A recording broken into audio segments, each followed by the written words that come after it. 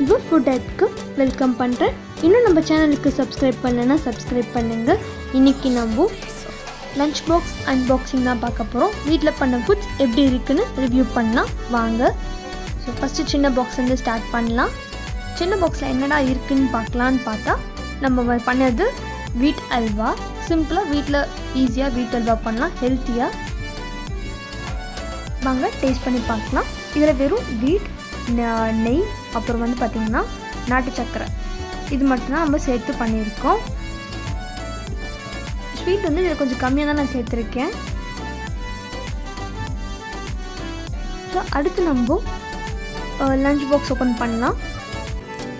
So என்னென்ன இருக்குது, புலாவ் இருக்குது, அப்புறம் ஒரு பன்னீர் டிக்கா இருக்குது, அப்புறம் ஆனியன் இருக்குது, குடமிளகாய், கேரட்லாம் கொஞ்சம் கட் பண்ணி வச்சுருக்கேன், அப்புறம் 2 சின்ன சப்பாத்தி பண்ணியிருக்கேன்.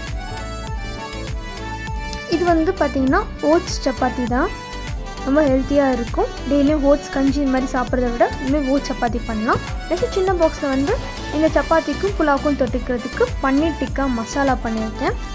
ஸோ அது எப்படி இருக்குன்னு டேஸ்ட் பண்ணியாச்சு. வாங்க ஃபஸ்ட்டு நம்ம சப்பாத்தியோட பன்னீர் டிக்கா மசாலா டேஸ்ட் பண்ணிடலாம்.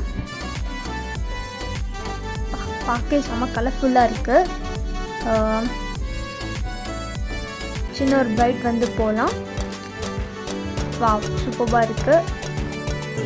நல்லா எப்படி சொல்கிறது, கலர் நல்லா பார்க்க சூப்பராக இருக்குது. அதேமாதிரி டேஸ்ட்டு கரெக்டாக, ஸ்வீட்னஸ், அந்த காரம் எல்லாமே கரெக்டாக இருக்குது. ஸோ சப்பாத்தி நல்லா சாஃப்டாக இருக்குது. இது நீங்கள் ஓட்ஸ் போட்டிருக்கீங்கன்னு தெரியாது உங்களுக்கு.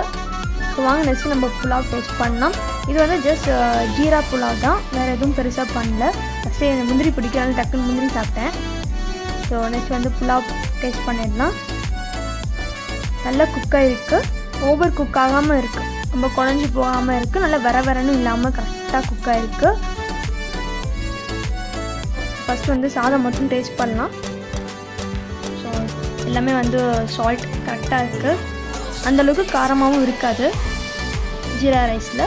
நெக்ஸ்ட்டு கொஞ்சம் பன்னீர் மசாலா கூட போயிடலாம் ஒரு பைட்டு. ஸோ நெக்ஸ்ட் கடைசியாக நம்ம பார்க்க போகிறது பன்னீர் டிக்கா. இது எப்படி டேஸ்ட் பண்ணிடலாம் டக்குன்ட்டு, டைம் வேஸ்ட் பண்ணாமல். நல்லா ப்ராப்பராக குக்காக இருக்குது, நல்லா அப்படியே ஹோட்டலில் சாப்பிட்ற மாதிரி இருக்குது எனக்குலாம். அப்படியே அந்த ரெஸ்டாரண்ட் ஸ்டைலோடு இருக்குது. ஸோ இந்த மாதிரி வீட்டிலே பண்ணி சாப்பிட்லாம். நம்ம வெளியில் போய் சாப்பிட்டு நம்மளோட ஆர்வத்தை கெடுத்துக்க வேண்டாம். இது எப்படி பண்ணுறதுன்னு சொல்லிட்டு அப்கமிங் வீடியோவில் பார்க்கலாம். வீட்டில் ஈஸியாக செய்யலாம், டக்குன்னு செய்யலாம். நம்ம சேனலுக்கு சப்ஸ்கிரைப் பண்ணுங்கள்.